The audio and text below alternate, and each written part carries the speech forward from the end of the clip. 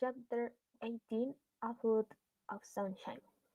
Arthur Disney gazed into his terror face with a look in which hope and joy shone out, indeed, but with fear but wisdom, and a kind of horror in her boldness, who had spoken what he vaguely hinted at, but dared not speak.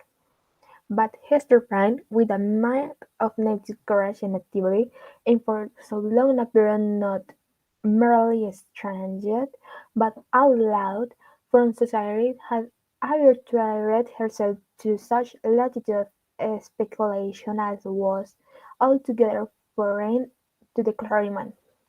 She had wandered without rule or guidance, in a moral weariness as vast, as intricate and shadowy as the ultimate forest, amid the gloom of which they were now holding a colloquial that was to decide their fate.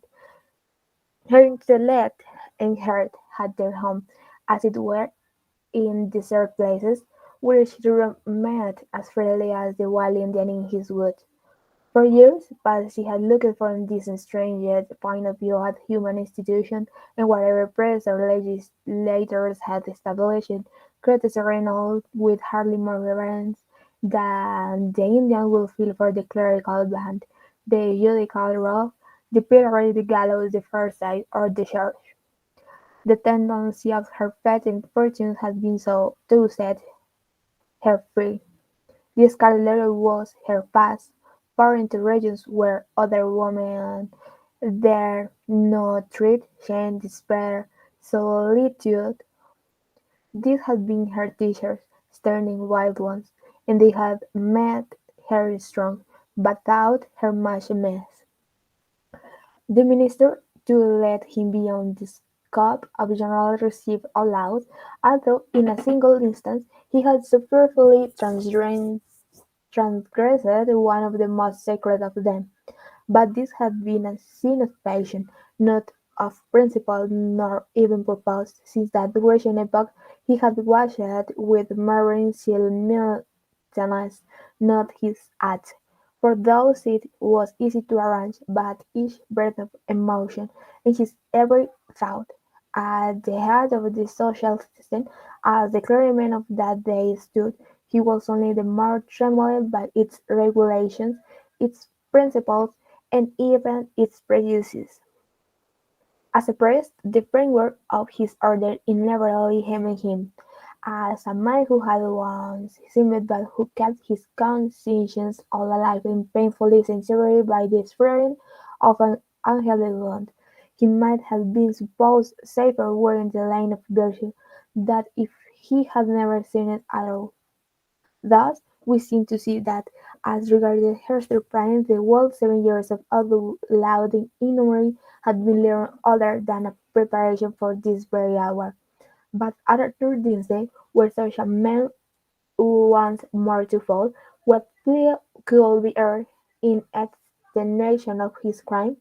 None, unless it availed him somewhat that he was broken down by long and extraordinary suffering, that his mind was darkened and confused by the very remorse which harrowed it, that between feeling as an avowed criminal and remaining as an hypocrite, conscience might find it hard to strike the balance, that it was human to avoid the pride of death and infamy, in the inscrutable machinations of an enemy; that finally, to this poor pilgrim, on his ready and deserted path, wet, sick, miserable, there appeared a glimpse of human affection and sympathy, a new light and a true one, in exchange for the heavy doom which he was now experiencing.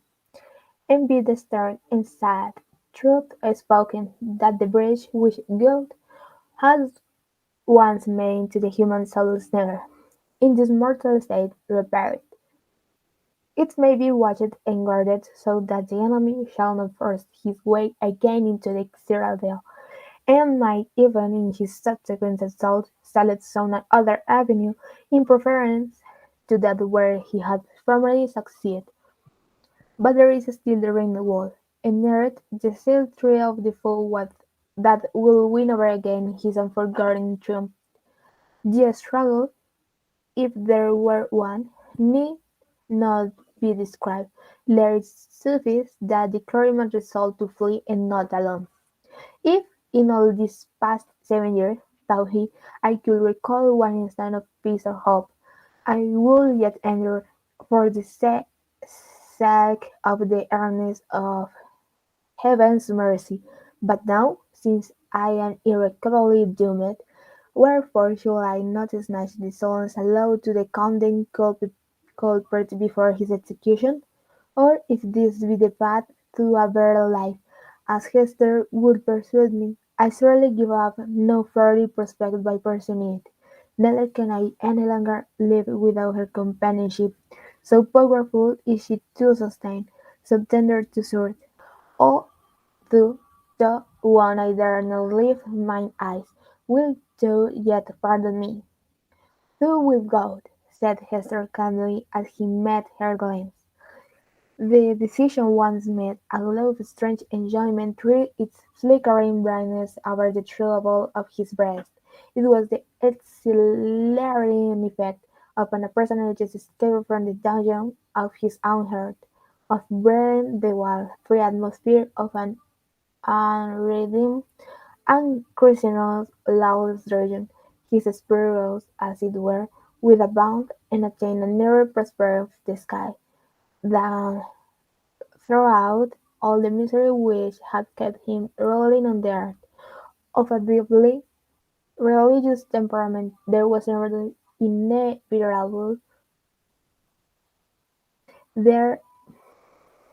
there was inevitably a thin glare of the devotional in his mood.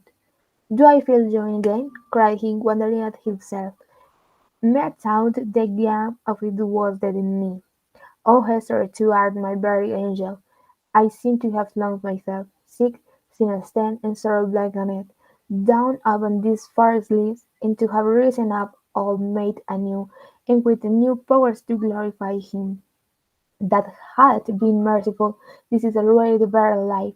Why did we not find it sooner?" "Let us not look back," answered Hester Prynne. "The past is gone.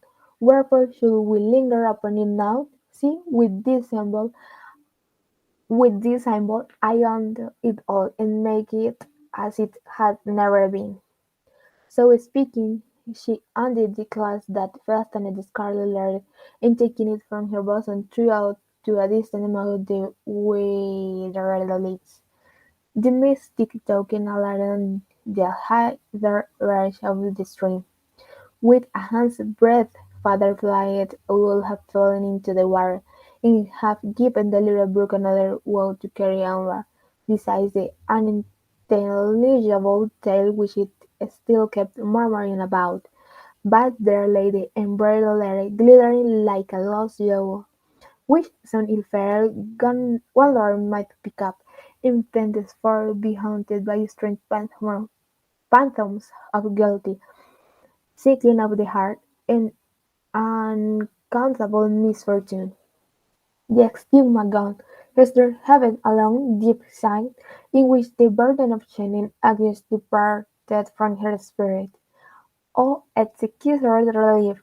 She had not known the wealth until she felt the freedom. By another impulse she took up the formal cap that confined her hair, and down it fell upon her shoulders, dark and rich, with once a shadow and light in its abundance, and imparting the charm of softness to her features. There played around her mouth, and beamed out of her eyes, a radiant and tender smile, that seemed gushing from the very heart of womanhood. A crimson flush was glowing on her cheek, that had been long so pale. Her sex, her youth, and the whole richness of her beauty came back from what men call the irrevocable past, and clustering themselves, with her maiden hope and a happiness before and now, within the magic circle of this hour. And, as if the gloom of the earth and sky had been but the influence of these two mortal hearts, it vanished with their sorrow. All at once, as with a sudden smile of heaven, forth burst the sunshine, pouring a burning flood into the obscure forest, gladdening each green leaf, transforming the yellow fallen ones to gold, and gleaming adown the grey trunks of the fallen trees. The object that had made a shadow hitherto embodied the brightness. Now, the course of the little brook might be traced by its merry glen afar into the good heart of misery, which had become a mystery of joy. Such was the temperament of nature, that the wild, hairy nature of the forest, never subjugated by human law, nor illuminated by higher truth. With the beliefs of these two spirits, love, whether nightly born or aroused from a death-like slumber, must always create sunshine filling the heart so full of radiance, that it overflows upon the outward world. Had the forest still kept this gloom, it would have been brilliant in Hester's eyes, and brilliant in Arthur Dinsdale. Hester looked at him with the thrill of another joy. "Thou must now bear," said she, "our little girl. Thou hast seen her. Yes, I know it. But thou wilt see her now with other eyes. She is a strange child. I hardly comprehend her, but thou wilt love her dearly as I do, and wilt advise me how to deal with her. Dost thou think the child will be glad to know me?" asked the minister, somewhat uneasily. "I have long shrunk from children, because they often show a distrust, a backwardness to be familiar with me. I have even been afraid of little Pearl." "Ah, that was sad," answered the mother, "but she will love thee dearly, and you her. She is not far off. I will call her. Pearl, Pearl, I see a child," observed the minister. "Yonder she is, standing in a streak of sunshine, a good way off, on the other side of the brook. So thou thinkest the child will love me?" Hester smiled, and again called to Pearl, who was visible at some distance as the minister had described her, like a bright pearled vision in a sunband which fell down upon her through an arc of bound. The ray carried to and fro, making her figure dim or distinct, now like a real child, now like a child's spirit, as the splendor went and came again. She heard her mother's voice, and approached slowly through the forest. Pearl had not found her hour past, where seemingly, while her mother sat talking with the clergyman. The great black forest, stern as it showed itself to those who brought the guilt and troubles of the world into its bosom, became the playmate of the lonely but as well as it knew how. Sombre as it was, it put on the kindness of this mood to welcome her. It offered her the partridge's berries, the growth of the preceding autumn, but ripening only in the spring. And now let us drop of blood upon the withered leaves. This Pearl gathered, and was pleased with their wild flavour. The small denizens of the wilderness hardly took pains to move out of her path. A partridge, indeed, with a brood of them behind her, ran forward threateningly, but soon repairing of her fear and sadness, and clucked to her young one not to be afraid. A pigeon alone on a long branch allowed Pearl to come beneath, and uttered a sound as much as greeting as alarm. A squirrel from the lovely depths of his domestic tree sheltered either in danger or merriment, for a squirrel is such a choleric and humorous little personage that it is hard to distinguish between his moods. So he shouted at the child, and flung down a nut upon her head. It was a last year nut, and already gagged by his sharp tooth. A fox started from his sleep by her light footsteps on the leaves, looked inquisitively at her, as during whether it were better to steal up, or renew his nap on the same spot. A wolf, Louis said, but here the tale has thoroughly lapsed into the improbable, came up, and the smell of pears rose, and offering his savage head to be patted by her hand. The truth seems to be, however, that the mother forest and these wild things which it nourished all recognize a kindred violence in the human child. And she was gentler here than in the grassy margin streets of the settlement, or in her mother's cottage. The flowers appeared to know it, and one and another whispered as she passed, "Adorn they sailed with me, the beautiful shy Adorn they sailed with me, and to please them fair gathered the violets and anemones and columbines, and some things twice of the freshest green, which the old trees held down before her eyes. With these she decorated her hair and her young waist, and became a nuptial or an infant dryad, or whatever else was in closest sympathy with the antique wood. In such guise had Pearl adorned herself when she heard her mother's voice, and came slowly back. Slowly, for she saw the clergyman,